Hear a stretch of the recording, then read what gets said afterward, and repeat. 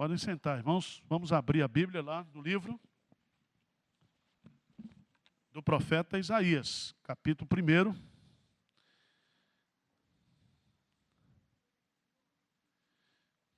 Isaías, capítulo 1. Vamos ler juntos Isaías, capítulo 1, versículo 1. Esse primeiro versículo tem muitas informações do livro. Isaías, capítulo 1, versículo 1. Vamos ler juntos? O que é que diz aí? Visão de Isaías, filho de Amós, que ele teve a respeito de Judá e Jerusalém nos dias de Uzias, Jotão, Acás e Ezequias, reis de Judá. Amém. Nós estamos começando e vamos tentar em 50 minutos fazer aquilo que é quase impossível, fazer um resumo para vocês do livro do profeta Isaías. Veja bem, Isaías, o nome dele significa Deus é salvação. E o tema principal do livro de Isaías é justamente a doutrina da salvação. Vamos lá, passa o próximo slide aí. Não sei se você sabe, só alguns dados muito interessantes. Isaías é o profeta mais citado no Novo Testamento. Ele é citado cerca de 65 vezes. O texto de Isaías, capítulo 53, aquele texto que fala da expiação de Cristo, ele é citado mais de 40 vezes no Novo Testamento. Juntamente com Salmos, Deuteronômio, Isaías é o livro mais citado em todo o Novo Testamento. O estilo literário de Isaías é único. Isaías, ele era um historiador. Isaías, ele era um homem das letras. Ele era um profeta. E ele tem um estilo literário único no Antigo Testamento. Nós estivemos lá em Israel, tivemos a oportunidade de visitar lá as cavernas de Qumran, onde foram descobertos aqueles rolos do Mar Morto. E dentre os rolos que foram descobertos, um deles foi o texto de Isaías. Completo o texto. Esse texto está hoje em exposição lá no Museu de Israel, onde você pega todo o texto em forma de pergaminho. Você dá, se você lê hebraico, claro, você lê o texto todinho lá, está exposto. E o texto é fiel ao texto que nós temos hoje aqui. Graças a Deus, a palavra de Deus permanece para sempre. Só para você ter uma ideia da riqueza do livro de Isaías, você sabe que quanto menos culto a gente é, menos vocabulário a gente tem, não é isso? Tá certo? Isaías, ele usa 2.186 palavras diferentes no seu texto. E é interessante, só para você fazer a comparação, Jeremias 1.653, Ezequiel 1.535, o livro dos Salmos em torno de 2.180, mais ou menos também. Só para você entender a riqueza literária do livro do profeta Isaías. Isaías significa Deus é salvação, ou a salvação vem do Senhor. A base na língua hebraica do nome Isaías é o mesmo Jesus e é o mesmo Josué. Ok? Olhando para o texto, vamos ver aí para o texto de visão de Isaías. Essa expressão, visão de Isaías no hebraico, dá o tema profeta Isaías. Esse é o nome do livro em hebraico. Certo? Visão de Isaías. É muito interessante você entender que esse Isaías aí, ele é filho de Amós. Amós com Z, não tem nada a ver com Amós com S, que é aquele o quê? Profeta Amós. O tema central do livro, então, é salvação. Já falei aqui. Então, Isaías vai fazer algumas colocações muito interessantes. Ele vai citar lá, em Isaías capítulo 12, versículo 3, ele vai falar sobre as fontes de salvação. Isaías 25, 9, a alegria da salvação. Isaías 26, 1, o muro da salvação. Isaías 45, 17, eterna salvação. Isaías 52, o anúncio da salvação. Isaías 61, 10, as vestes de salvação. Isaías 62, 1, a tocha da salvação. Salvação é uma palavra que aparece dezenas de vezes no livro do profeta Isaías. Vamos lá. Informações pessoais. Isaías, ele é filho de Amós, e provavelmente esse Amós aí é irmão do profeta, do rei Uzias. Então, apesar de ser um profeta, Isaías, que teve o seu chamado justamente em Isaías capítulo 6, no ano em que morreu o rei Uzias. Ele era um homem do palácio, frequentava as rodas, o quê? Palacianas. Se fosse hoje, seria Brasília, né? Era um profeta que tinha acesso lá ao Palácio da Alvorada, né? Então ele era um homem culto, ele era um profeta de Deus, mas Isaías tem uma característica, que ele jamais abriu mão do seu exercício profético. E qual é a principal função do profeta, no contexto do Antigo Testamento? A palavra profeta, do hebraico, nabi, significa boca de Deus. Certo? Ou seja, quando um profeta falava, ele era apenas um veículo, um canal da revelação de Deus. Lembra de Hebreus capítulo 1, versículo 1, diz: tendo Deus outrora falado, muitas vezes e de muitas maneiras, aos pais pelos profetas. Então, os profetas, no contexto do Antigo Testamento, eles tinham um papel fundamental de transmitir a vontade de Deus para o povo. E qual era, no contexto de Israel, a função principal do profeta? Não era prever o futuro. Isso é um papel secundário.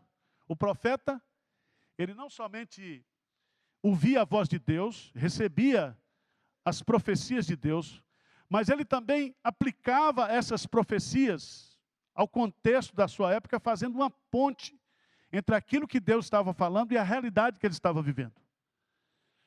Então o profeta sempre era alguém que interpretava o seu tempo, a sua época, a partir da visão de Deus. Preste atenção, não tem mais profeta como os profetas do Antigo Testamento.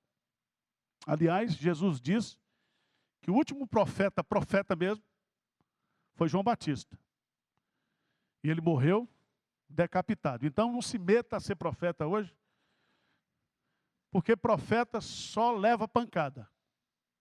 Sacerdote não, sacerdote tem o dízimo, a garantia lá, tem a comida, tem um boi assado, né? tem tudo lá. O sacerdote é uma beleza. Ficava lá no templo, na sombra.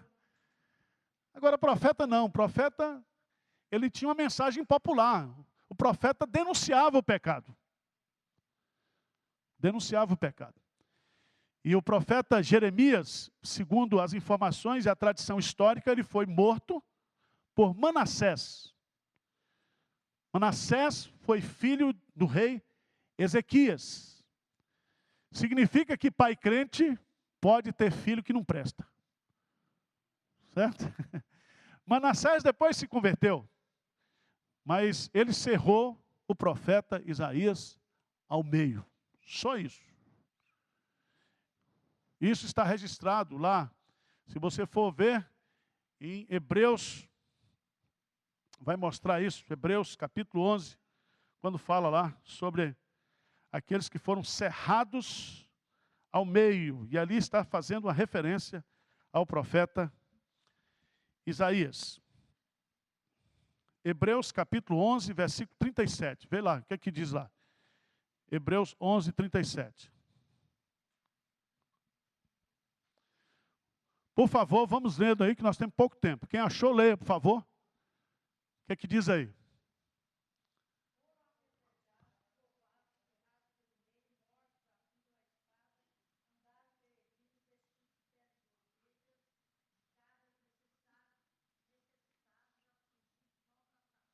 Tudo isso aí é profeta. O sacerdote nunca passou por isso. Só profeta que ralava. Tá certo? Então, a missão do profeta sempre foi assim, né? Sempre foi a mensagem dura. Qual era a função principal do profeta na visão de Deus? Era chamar o povo de Deus ao compromisso que esse povo de Deus tem com a aliança com Deus. Se você pegar e fizer um estudo dos profetas, tanto faz profetas maiores como profetas menores, você vai descobrir que a luta dos profetas, a mensagem dos profetas, era sempre denunciando o pecado de infidelidade do povo a Deus. E sempre convidando o povo de Deus a voltar-se para Deus. Essa era a missão do profeta.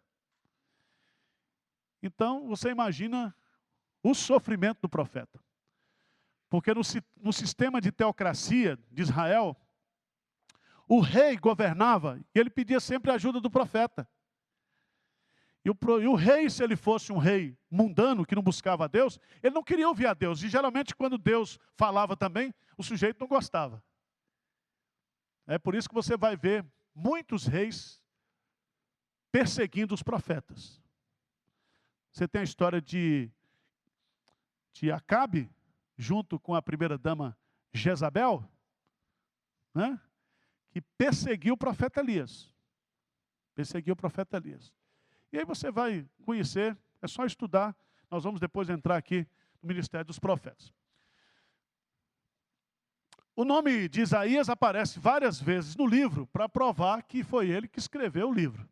Existem aí correntes que falam que existe não somente um Isaías, existe até 3 Isaías que escreveram o livro. Certo? Mas isso aí é discurso de liberal. Nós não vamos nessa não, nós vamos ficar com a posição tradicional. Isaías, ele era casado. Vamos ver lá, Isaías capítulo 8, versículo 3. Isaías capítulo 8, versículo 3. Esse texto aqui, o pessoal gosta de usar para falar sobre ordenação de mulheres na igreja. Mulheres pastoras, mulheres profetisas, não sei o quê. Vai devagar, tá, meu irmão? Isaías capítulo 8, versículo 3. Fui ter com a profetisa. Ela concebeu e deu à luz um filho. Então me disse o Senhor, põe-lhe o nome de rápido, despojo, presa, segura. Isso é nome para botar em filho? Mas geralmente os profetas, preste atenção, os profetas, eles encarnavam a mensagem. O profeta não era só o discurso, o profeta era a vida do profeta. Por isso que era difícil ser profeta. E é tão interessante, um dos textos dos profetas que mais encarnou isso, foi o profeta o quê? Oséias. Que para ilustrar a infidelidade do povo, ele casou com uma mulher, que essa mulher botava chifre nele, de dia e de noite. E o profeta estava lá. E Deus diz, não, traz essa mulher, casa com ela de novo. E ele vai ilustrar, através da sua vida, do seu casamento, a relação que o povo tinha com Deus. A relação de infidelidade. Mas quanto mais o povo era infiel, mais Deus o quê? Amava e perdoava o povo. Ainda bem que o profeta acabou, tá certo? Então, ninguém quer essa parte. A turma só quer aquela parte de revelar o futuro, né? Que não era bem. Poucos profetas trabalharam dentro dessa linha. Ele tinha 2 filhos. O primeiro é esse nome bonito que você achou aí. E o segundo nome está Sear Jazub, um remanescente crente, o quê? Voltará. Está lá no capítulo 7, versículo 3. Disse o Senhor a Isaías, agora sai tu com teu filho, que se chama um resto volverá ao encontro de Acaz, que está na outra extremidade do aqueduto, do açude superior, junto ao caminho do campo, do lavadeiro. Então, casado com uma mulher chamada de a profetisa. Então, por exemplo, que eu sou pastor, Minha mulher não é pastora, mas todo mundo chama Tássia, às vezes, de pastora. Então, o fato de aparecer o nome profetiza aí, não significa que essa mulher exercia o quê? O ministério profético. Ok? Nós temos outra profetisa que aparece, porque é exceção, na época dos juízes, que foi o quê? Débora. Ela era profetisa. Ou, pelo menos, foi usada por Deus para trazer aquela mensagem. Então, vamos lá. Vamos abrir a Bíblia lá em Isaías capítulo 6. É um texto muito conhecido. Isaías capítulo 6. No ano da morte do rei Uzias, eu vi o Senhor assentado sobre um alto e sublime trono, e as abas de suas vestes enchiam o templo. Eu queria que você lesse comigo o versículo 8, o que diz lá? Depois disto, ouvi a voz do Senhor que dizia: a quem enviarei e quem há de ir por nós? Disse eu: eis-me aqui, envia-me a mim. Uma das características do profeta Isaías, que você vai aprender, é que Isaías vai ensinar acerca da Trindade. Ele vai revelar a manifestação de Deus, no sentido de que Deus é Pai, Deus é Filho e Deus é Espírito Santo. Os judeus não concordam com isso. Até hoje eles leem Isaías e não aceitam que Jesus é o Messias e não aceitam a doutrina da cidade. Mas veja que ele diz aí, não sei se você observou na leitura, a quem enviarei e quem há de ir por nós. Nós é o quê? Primeira pessoa do plural. A mesma coisa lá, façamos o homem a nossa imagem, a nossa semelhança. Tá certo? Aí está o chamado. Ele diz assim: eis-me aqui, envia-me a mim. Esse texto é muito conhecido e muito pregado. É esse texto aqui que dá a base litúrgica também para o nosso finário Novo Cântico. Né? Contemplou a santidade de Deus. Ao contemplar a santidade de Deus, ele viu o seu pecado. Aí ele confessa o seu pecado. Deus perdoa o seu pecado. Aí Deus fala, ele ouve e ele se consagra. São as partes do culto no modelo do nosso cenário. O culto começa com adoração, confissão, exultação pelo perdão de pecados. Aí vem, você ouve a palavra de Deus, a edificação, e termina o culto, todo culto presbiteriano tem que terminar com consagração. A resposta daquele que cultuou e que ouviu o que? Deus falar. Ok? Alguns comentaristas acrescentam isso aí, que ele era um historiador, um artista, um poeta e um profeta. Não existe nenhum texto no hebraico, do Antigo Testamento, que seja tão belo, tão perfeito, um estilo literário tão rico quanto ao texto de Isaías. Mas vamos lá. Pano de fundo, para você entender. Vamos lá para Isaías 1:1.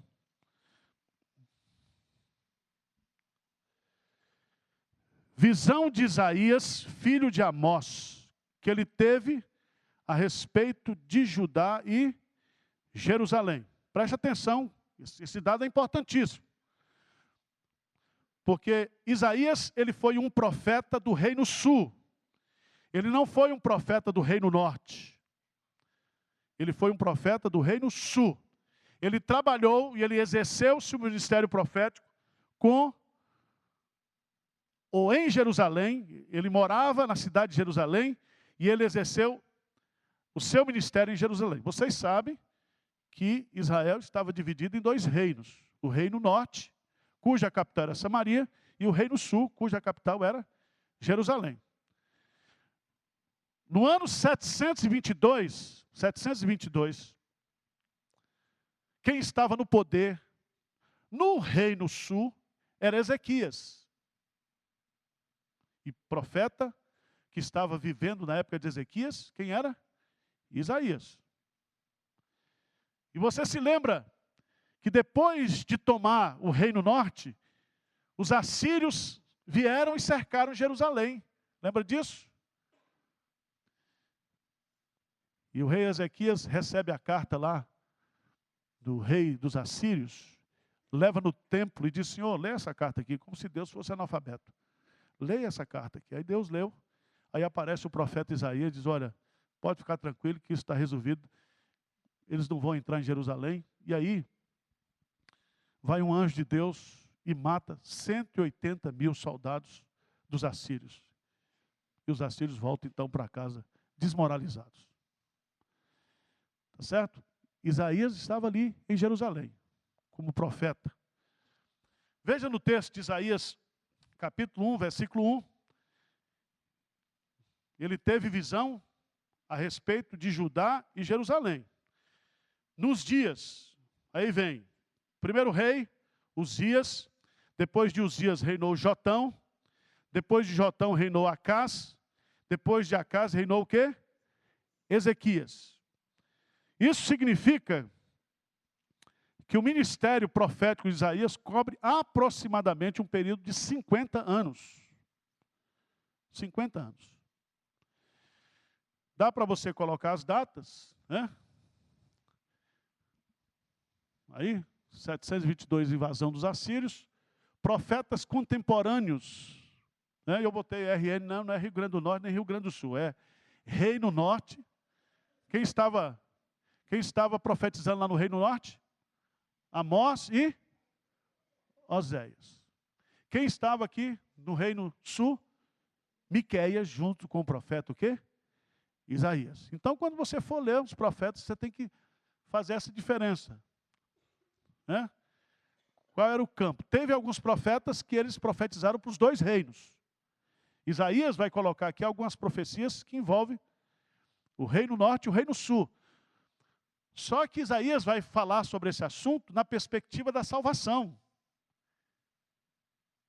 Ele vai falar que a salvação de Deus, através do Messias, vai não somente juntar o Reino Norte com o Reino Sul, mas pessoas de todas as tribos, nações, de todos aqueles que estão esparramados pelo mundo. Isaías, ele é o profeta evangelista. Foi assassinado por Manassés, cerrado ao meio. Está dando para acompanhar ou está muito chato, irmãos? Pode falar que eu paro a aula e a gente vai embora. Está dando para acompanhar? Então tá bom. Pode passar aí o próximo slide. Vou tentar fazer um esboço mais simples para você. Aqui. Ali em cima. Tirou do ar, só para consertar. Ali em cima tem juízo e consolação. Está dando para ver, né? Juízo vai do capítulo 1 até o capítulo 39. Do capítulo 40 ao capítulo 66 é consolação. Vamos ver, dar uma olhadinha nisso aí? Vamos lá para Isaías capítulo 40.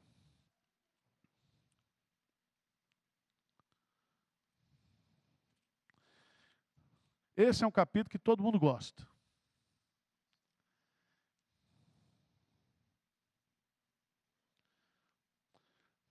Veja que o capítulo 40, na Bíblia hebraica, os judeus gostam muito de Isaías, a partir do capítulo 40, porque eles chamam esse texto de Isaías 40 a 66 como manual de consolo do povo de Israel. Certo? E é mesmo, porque o texto começa com o profeta dizendo o quê?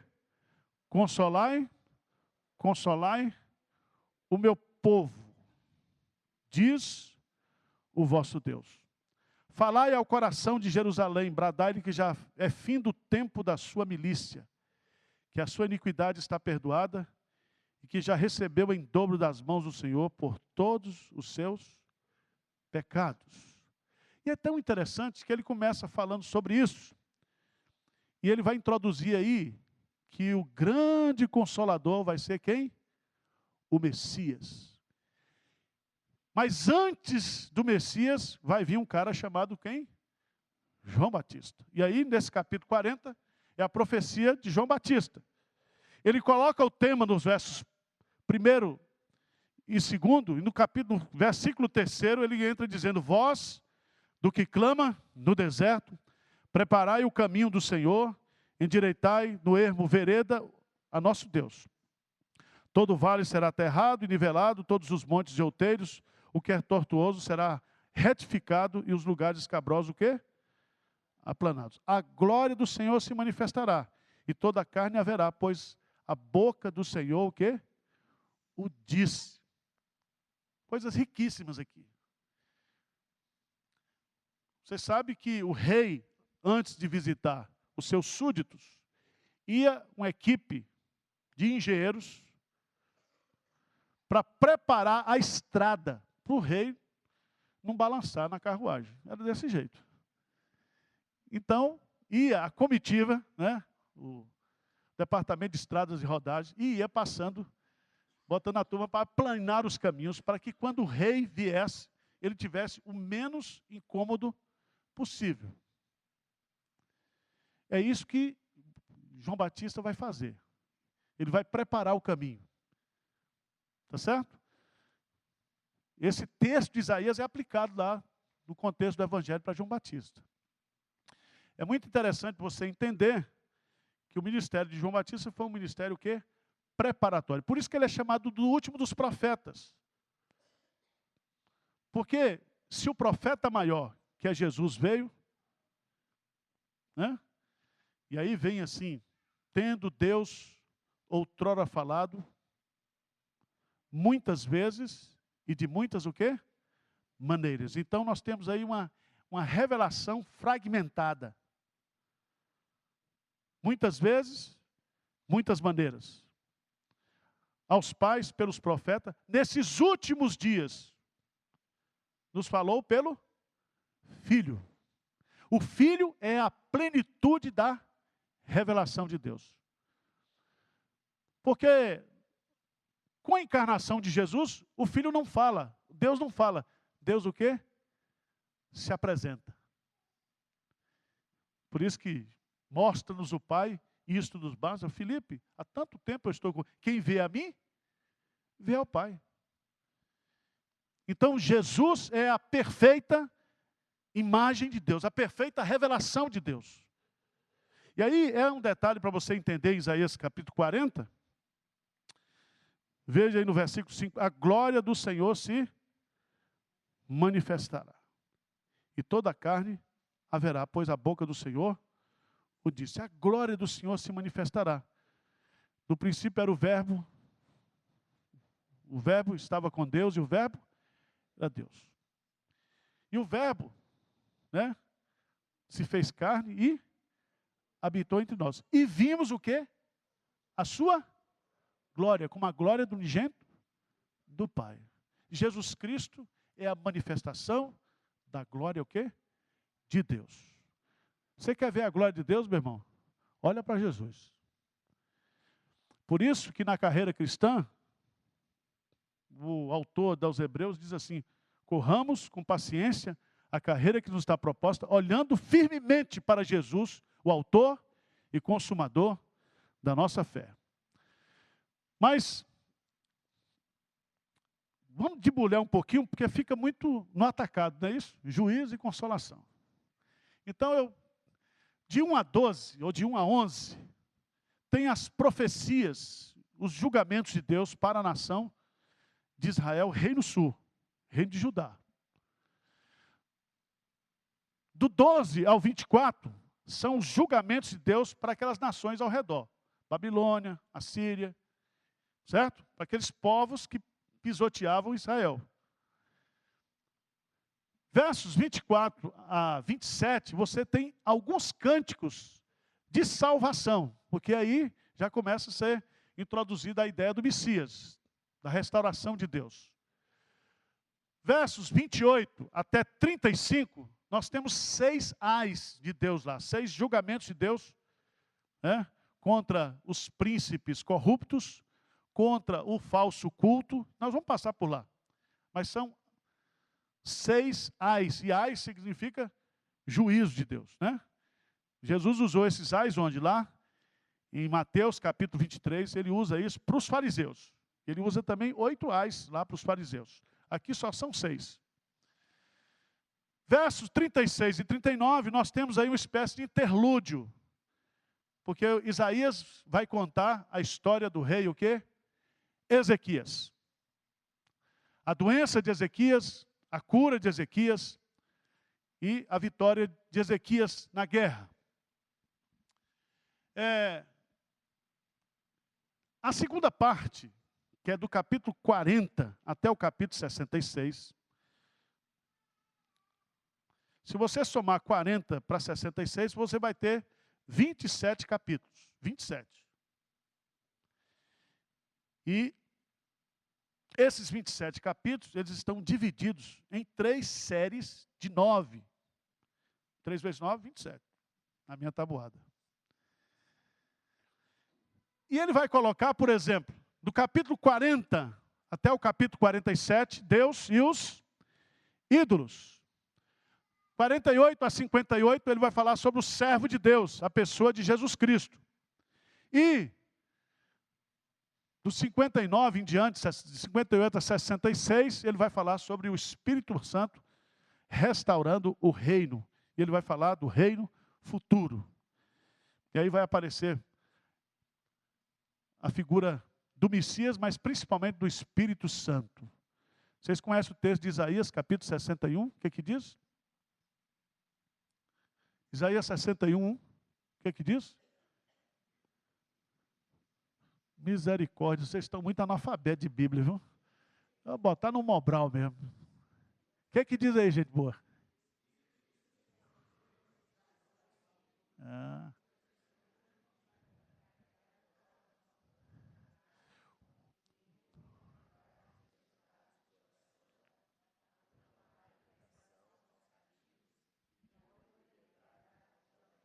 Pronto, agora vamos lá para Lucas, capítulo 5.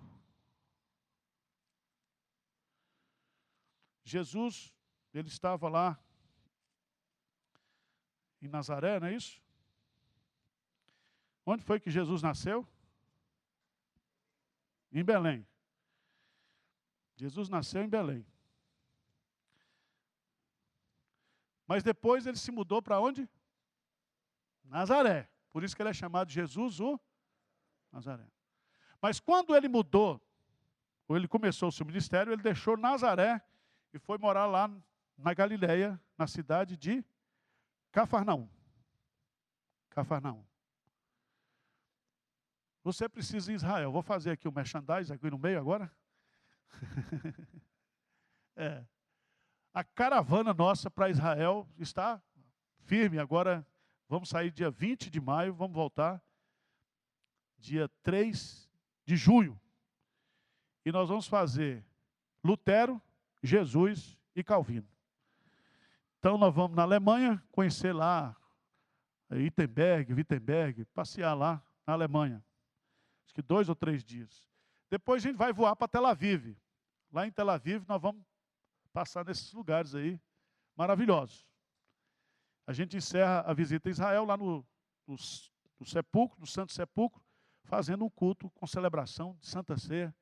E se você não tiver o coração muito forte, você morre, tem um infarto lá. Mas a gente faz um enterro bonito, não tem problema. Você pode morrer na Terra Santa, não tem problema nenhum. Depois a gente vai viajar de Tel Aviv para Zurique. E Zurique, Genebra depois São Paulo. Tá certo? Nós vamos fazer essa caravana em maio, o pastor vai fazer, Hernandes vai fazer em outubro. Outubro. Aí você escolhe. Se quer ir em maio, se quiser em outubro.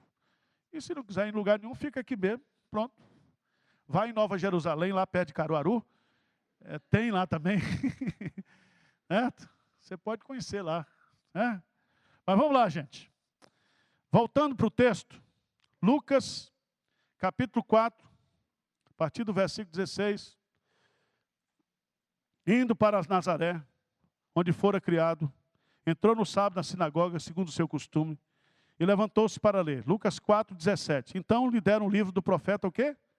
Isaías. Abrindo o livro, achou o lugar onde estava escrito: o Espírito do Senhor está sobre mim, pelo que me ungiu para evangelizar os pobres, enviou-me para proclamar libertação aos cativos, restauração vista aos cegos, para a liberdade dos oprimidos, e apregoar o ano aceitável do Senhor. Tendo fechado o livro, devolveu ao assistente, sentou-se. Todos na sinagoga tinham os olhos fitos nele. Então passou Jesus a dizer-lhes: hoje se cumpriu a escritura que acabais de ouvir. Então, esse texto de Isaías, capítulo 61, se aplica a quem? Ao Jesus, o Messias. Tem uns pregadores aí que gostam de tomar, não, o Espírito do Senhor está sobre mim, não sei o quê, tudo bem. Mas a profecia mesmo, no sentido do texto bíblico, aplica-se a quem? A Jesus. Vai que você vai tirar o cara e o cara não sai.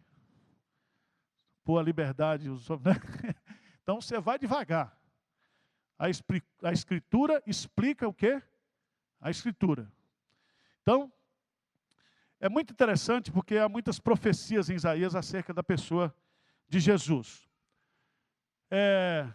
Nos capítulo 48 a 57, nós temos o quê? O servo de Deus, o servo sofredor. E, para encerrar, o Espírito e o Reino. Tudo bem? Então vamos agora passear no livro de Isaías. Eu não sei qual é o seu sistema aí, se é eletrônico, mas eu aconselho você, nessas aulas assim de exposição bíblica, você usar o texto escrito. Compra uma Bíblia aí, meu irmão. Compra uma Bíblia de papel mesmo. E arruma um lápis de cor, uma canetinha, porque é melhor. Você anota coisas muito... É que no texto lá eletrônico você pode pôr também, destaque, etc. Mas eu recomendo, né? Sim, principalmente porque eu sou Tiranossauro Rex. Então, a minha geração é outra, né? Tá certo? Vamos lá, então.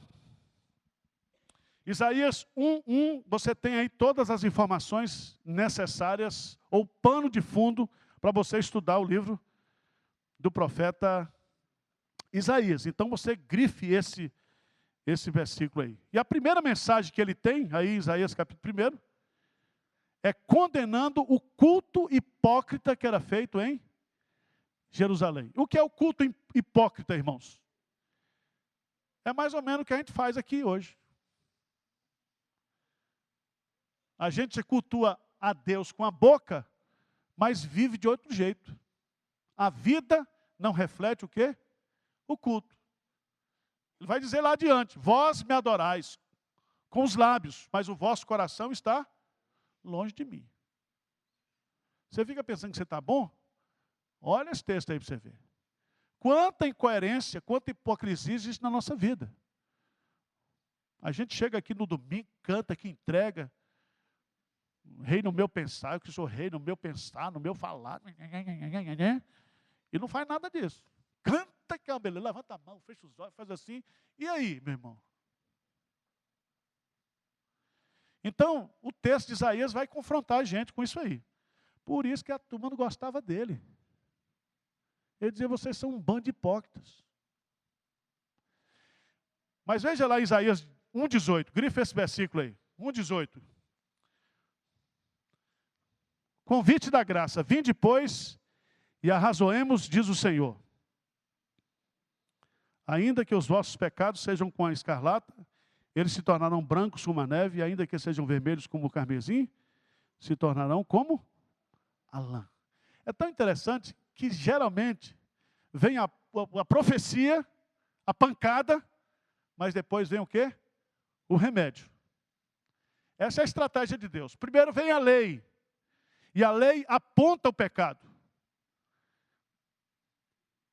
Só que, depois de apontar o pecado, aí vem a graça, que é o remédio para o cara que está desesperado, porque ele descobre que ele não consegue cumprir a lei, porque a lei tem uma função, que é revelar o pecado que existe, o quê? Dentro dele. Capítulo 2 fala da glória futura de Israel, texto paralelo lá de Miqueias 4, de 1 a 5, depois você dá uma lida nisso aí. Capítulo 3, julgamento de Judá e de Jerusalém.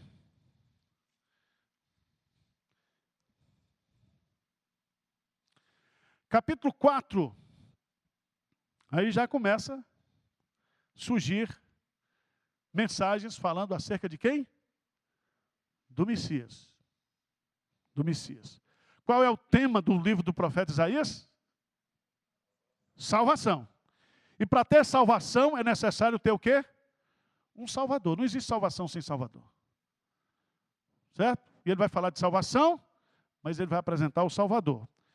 Naquele dia, versículo 2, o renovo do Senhor será de beleza e de glória. Então, essa expressão renovo do Senhor aplica-se à pessoa de Jesus Cristo. No capítulo 5, você tem aí os 5 ais de Deus contra a nação de Israel. O pastor Dr. Martin Lloyd Jones tem um livro escrito só sobre esse capítulo 5, onde ele debulha cada ai desse aí. Ele vai mostrando, né? É muito interessante esse livro. Capítulo 6, que é o chamamento do profeta. Nós já lemos aqui, já vimos, grife principalmente o versículo 3, que diz assim: clamavam uns para os outros, dizendo: Santo, Santo, Santo é o Senhor dos Exércitos, toda a terra está cheia, o quê? Da sua glória. Toda a terra está cheia da sua glória. Então, a terra tem coisa ruim? Tem, mas a terra está cheia da glória do Senhor. A bondade do Senhor está presente em todas as obras da criação de Deus. Pode ter certeza disso. Santo, Santo, Santo é uma repetição que não tem nada a ver com a trindade aí. É porque na língua hebraica não existe o superlativo para dizer santíssimo. Então, para dizer que o cara é santíssimo, diz santo, santo, santo. Se fosse para dizer que era bondoso, né, boníssimo, aí dizia bom, bom, bom. Ou então usa uma figura, porque a língua hebraica é concreta. Então, se você quer dar um conceito de bondade, ele aponta para uma pessoa. Ou para alguma figura. Tá certo? Jesus diz assim: olhai para os lírios do campo, porque nem tecem, nem fiam. Mas o Senhor o quê? Cuida deles. Cuida deles. E aquela beleza é passageira. Ele diz: mas vós valeis muito, mas o Senhor cuida de nós. Então, o judeu, ele tem uma linguagem concreta, enquanto o grego tem uma linguagem descritiva, teórica. Mas vamos lá. Capítulo 7, as profecias contra Israel e Síria. E a Síria, essa Síria que está do ladinho lá hoje. Quando a gente vai fazer a visita lá em Israel, a gente sobe as colinas de Golã e fica justamente na divisa. De lá a gente vê as cidades da Síria. Dá para ver com binóculo até a cidade de Damasco, que é a capital da Síria. Não dá para, se você quiser ir para Alepo, eu não recomendo, porque o pau está quebrando lá, né? Mas é muito interessante, porque você vai subir nas colinas de Golã e tem olho em todo quanto é lugar, porque tem judeu escondido ali. É o maior sistema de segurança do mundo. Então, irmão, você pode ficar tranquilo. Se você for para Israel, é mais seguro do que aqui em São Paulo. E quando mata alguém, eles limpam na hora. Passa um paninho, não fica... É um negócio fantástico. Dá um tiro, mata, limpa, põe veja, né, pia um sol, você sente o cheiro. É uma rapidez fantástica. É uma benção. Mas vamos lá. Aqui no capítulo 7, versículo 14, já tem uma profecia aí, que é usado por Mateus. 7,14, o que é que diz? Portanto, o Senhor mesmo vos dará um sinal. Eis que a virgem conceberá e dará à luz um filho, lhe chamará o quê? Emanuel. Você se lembra que Mateus vai usar isso depois de dar a genealogia de Jesus no capítulo 1, porque Mateus está escrevendo para o judeu, e ele quer que o judeu creia que Jesus é o Messias. E ele vai citar justamente o texto do Antigo Testamento para persuadir o judeu de que Jesus é o Emanuel, o Deus conosco. Então, vai caminhando, capítulo 8 também, a invasão dos assírios. Capítulo 8 é maravilhoso. Se você quiser grifar aí um versículo, eu recomendo você o versículo 13 do capítulo 8. O que é que diz aí?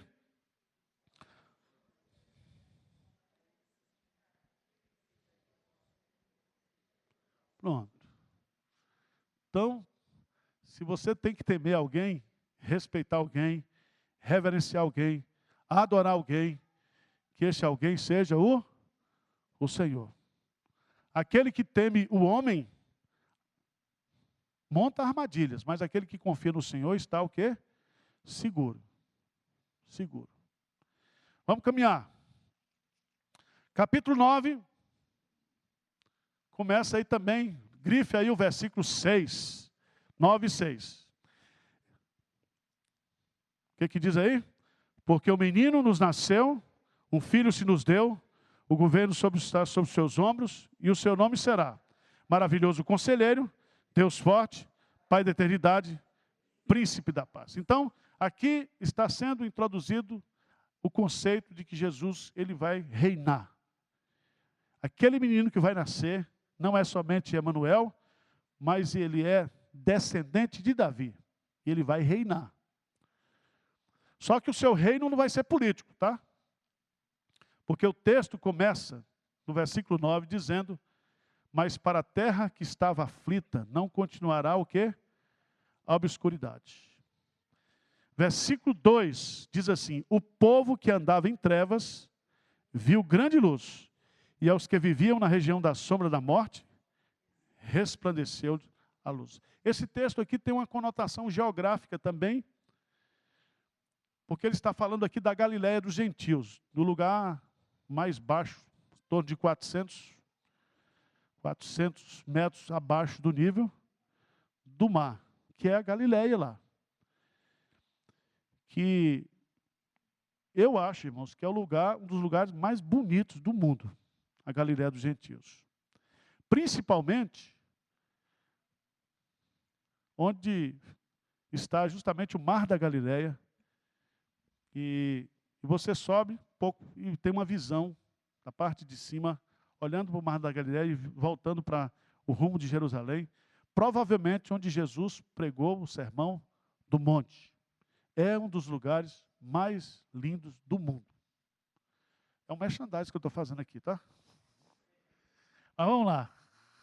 Vamos lá.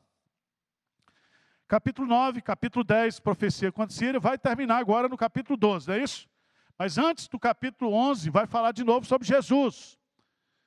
Do trono de Jessé sairá um rebento, e das suas raízes o quê? Um renovo. E o que é que repousará sobre ele?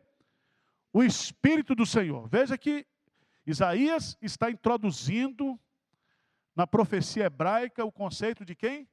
Do Deus Trino, Deus Pai, Deus Filho e Deus Espírito Santo. Ok?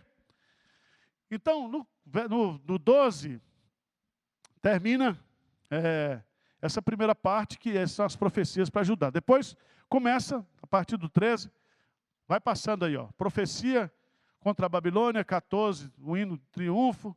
Depois tem profecia contra os assírios, profecia contra os filisteus, profecia contra Moabe, profecia contra Damasco e Efraim, profecia contra a Etiópia, profecia contra o Egito. 20, profecia do cativeiro dos egípcios e dos etíopes, profecia contra a Babilônia, profecia contra Jerusalém. Aí tem essa história de Sebna, que é degradado, e Elaquim, que é exaltado. Profecia contra Tiro. E aí vai até o 24. Aí no capítulo 25, começa aquilo que eu chamei de os cânticos. Os cânticos.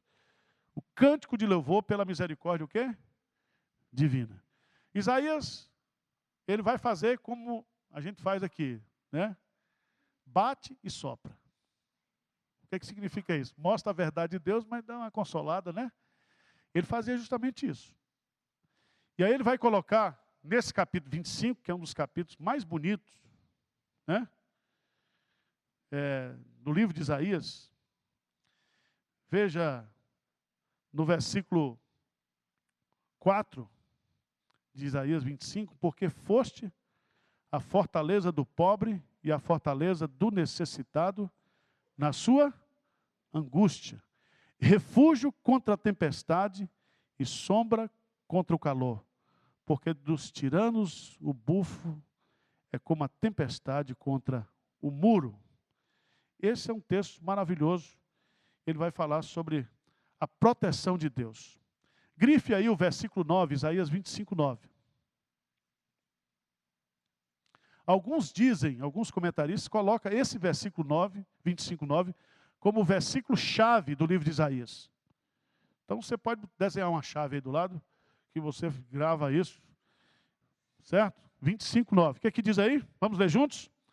Naquele dia se dirá: eis que este é o nosso Deus, em quem esperávamos, e ele nos salvará. Este é o Senhor a quem aguardávamos. Na sua salvação exultaremos e nos alegraremos. Presta atenção, eu não sei se você é arminiano, calvinista, fica nessa discussão boba aí, certo?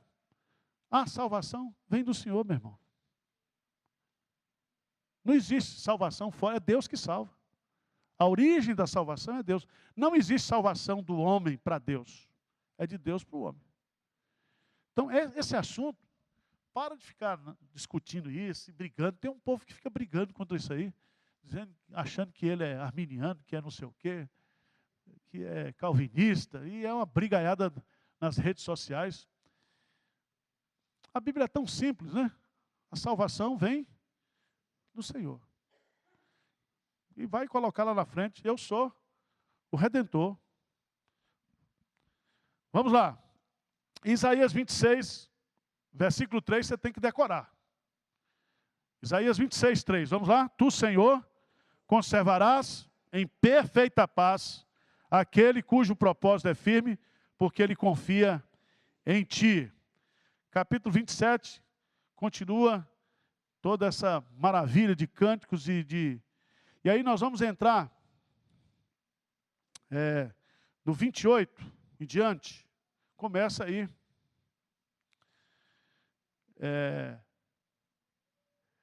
Os ais de Deus. No 28, grife aí o versículo 16. 28, 16. Grife esse versículo aí na sua Bíblia. Esse é um texto que Pedro vai usar no Novo Testamento. Jesus também vai usar.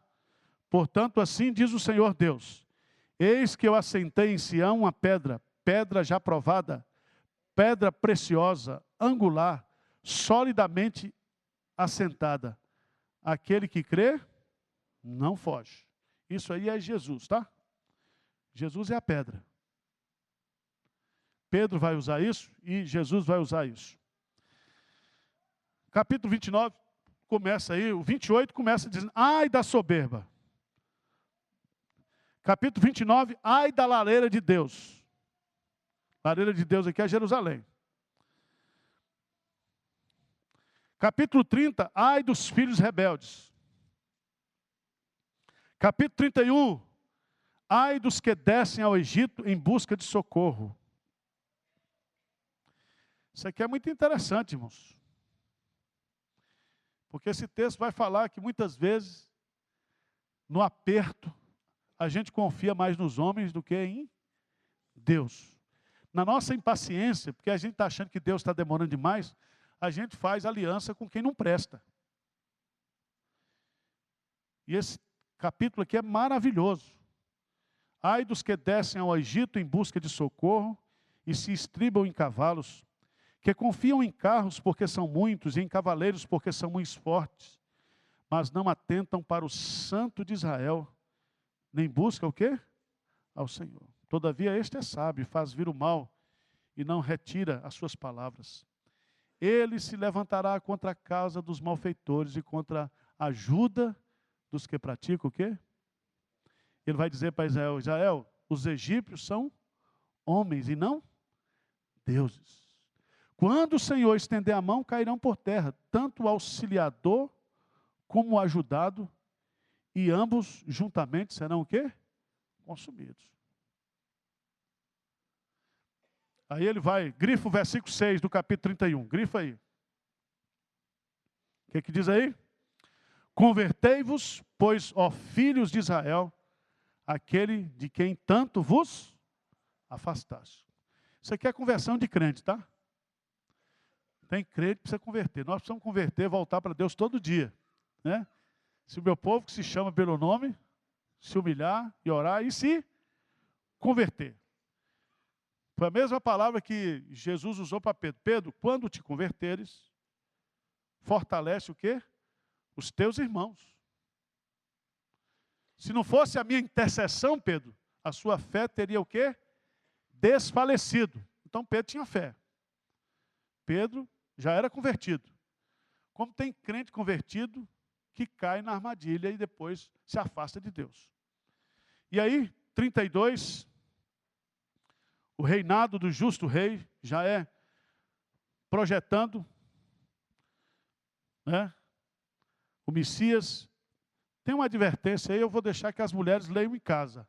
Do versículo 9. A advertência contra as mulheres de Jerusalém. Então, vocês mulheres, fiquem espertas, tá? Esse texto aí é um texto, mas é para as mulheres de Jerusalém. Mas pelo menos você faça uma reflexão aí, tá? Capítulo 33, ai de ti, destruidor. Né? Aí vai falar sobre aqueles que perseguem Jerusalém. Chegamos então, irmãos, no capítulo, vamos chegar aqui no capítulo 36. Capítulo 36. Quem é Senaqueribe? Senaqueribe é um rei dos assírios. Os assírios já haviam destruído em 722 o reino norte, cuja capital é Samaria. O cara vinha como um trator, destruindo todo mundo.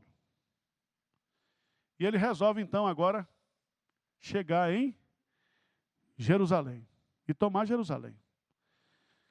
Aí tem um sem vergonha chamado Rabsaque, que escreve uma carta desaforada para o rei Isaías, para o rei Ezequias.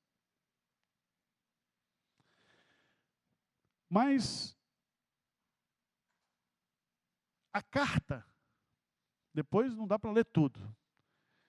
A carta é mais ou menos o seguinte, olha, nós estamos avançando sobre as nações e todas as nações foram vencidas com seus deuses e companhia limitada. Então, por favor, vocês aí de Jerusalém, se rendam, porque o Deus de vocês não vai conseguir resistir o exército de Senaqueribe. É mais ou menos desse jeito. Estou fazendo uma versão atualizada, tá? O que Ezequias faz? O que a gente tem que fazer, irmãos, porque tem briga que é nossa, mas tem briga que é de Deus. Tá certo? Enquanto o cara estiver batendo na gente, tudo bem, mas quando começa a bater em Deus, falar, profanar o nome de Deus, veja lá no capítulo 37. Quem foi que o rei Ezequias consultou? Quem era o profeta? Isaías. A carta do rei da Síria, né, versículo 8.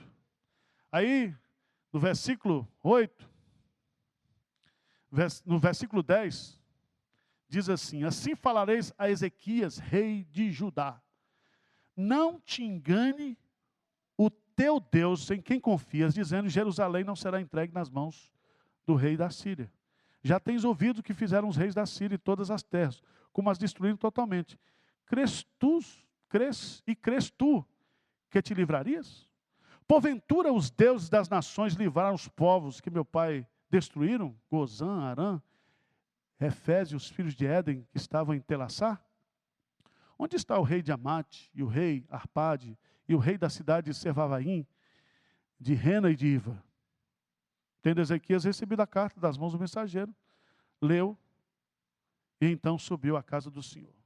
E estendeu perante o Senhor e orou o Senhor, dizendo: ó Senhor dos exércitos, Deus de Israel, que está entronizado acima dos querubins, tu somente és o Deus de todos os reinos da terra. Tu fizeste o céu e a terra. Inclina ao Senhor os ouvidos e ouve. Abre, Senhor, os olhos e vê. Ouve todas as palavras que Senaqueribe, os quais ele enviou para afrontar quem? O Deus vivo. Então, Senhor, o negócio não é comigo, não. O negócio é com o Senhor. Está falando mal do Senhor. Está dizendo que o Senhor é um Deus fraco, não vai defender a gente. Veja que estratégia. Faz isso, meu irmão, de vez em quando. Senhor, o cara está querendo me pegar, você fala: Senhor, não é comigo. Então, principalmente se você estiver sendo perseguido porque é crente. Se for por sem vergonha isso, então aguenta o cacete. Porque você é um crente sem vergonha, então sofre mesmo. Mas se você estiver sofrendo por ter uma vida piedosa, coloque isso diante de Deus. Coloque isso diante de Deus. E aí Deus vai dar a resposta, né? É muito interessante. Ele faz oração e veja lá no versículo 21, 37, 21. Então Isaías, filho de Amós, mandou dizer a Ezequias: assim diz o Senhor, Deus de Israel, visto que pediste acerca de Senaqueribe, rei da Síria, esta é a palavra que o Senhor falou a respeito dele. A virgem, filha de Sião, te despreza e zomba de ti. A filha de Jerusalém meneia a cabeça por detrás de ti. A quem afrontaste, de quem blasfemaste? É contra quem alçaste a voz e arrogantemente ergueste os olhos? Contra o santo de... O cara está perdido. Então, cuidado, porque ele vai dizer assim, né? Ele vai dizer aqui, versículo 33, diz assim: pelo que assim diz o Senhor acerca do rei da Síria, não entrará nessa cidade, nem lançará nela flecha alguma, não virá perante ela com escudo, nem há de levantar tranqueiras contra ela. Pelo caminho por onde vier, por esse o quê? Voltará. Mas nessa cidade não entrará, diz o Senhor, porque eu defenderei essa cidade para a livrar, por amor de quem? De mim e por amor do meu servo Davi. Diz amém aí, por favor. Porque Deus disse assim: deixa comigo que está resolvido. Nessa peleja não tereis que pelejar. E aí, irmãos, é maravilhoso, vem a destruição dos exércitos. Os comentaristas liberais dizem que foi uma praga de rato que deu lá. Peste bubônica, mas não tem nada a ver. Diz aí que o anjo do Senhor feriu o arraial dos assírios a 185 mil. Quando eles acordaram, todos estavam o quê? Mortos. E o rei então foge. Versículo 38. Estando ele a adorar na casa de Isroque, seu Deus, e seus filhos feriram a espada e fugiram para a terra. Seu filho reinou o quê? Em seu lugar. Porque ele blasfemou contra o quê? O santo de Israel. Mas, irmãos, tempo de milagre é tempo de doença também. Aí vem a doença do cara aí. Ele adoece. Vocês conhecem a história. O profeta volta, ele é curado. Capítulo 40, agora começa o consolo. Essa é a história de Ezequias, é um interlúdio. Eita, gente, já estou lá adiante, já vai dar. Que horas são agora? Ali está dando 9h35. 10h40 já, né? Por isso que eu estou vendo a turma com cara de fome. Não dá para pegar tudo aqui, tudo. Né? Não vai dar para pegar tudo, mas você vai descobrir no capítulo 40 em diante que Deus, ele é completamente diferente dos ídolos e que ele é o Salvador de Israel. Não vai dar, irmãos. E eu queria... Aqui é muito rico, não dá para pular não. Só se fosse a gente continuar na próxima aula, porque... Tá certo? Próxima aula a gente pega essa segunda parte de Isaías. Mas para encerrar, nós temos que ler um versículozinho para animar a gente, né?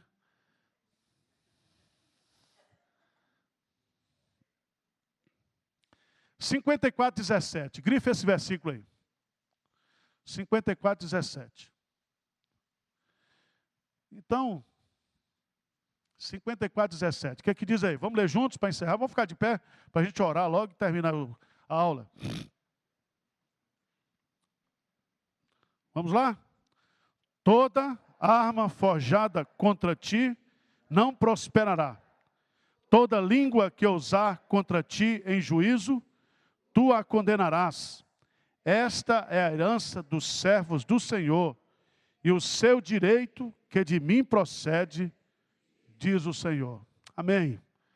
Deus é o nosso advogado, defensor, Ele é que defende a nossa causa. Senhor Deus, é maravilhoso estar aqui lendo a Tua palavra, meditando na Tua palavra. Que a Tua palavra possa aquecer os nossos corações, animar a nossa fé, nos dar perspectiva, esperança e certeza de vitória em todas as lutas da vida. Essa é a nossa oração em nome de Jesus. Amém. Está encerrado, irmãos. Nós vamos, 11 horas, ter o culto. Alguns parece que vão embora para casa, mas outros estão chegando aí para o culto das 11 horas.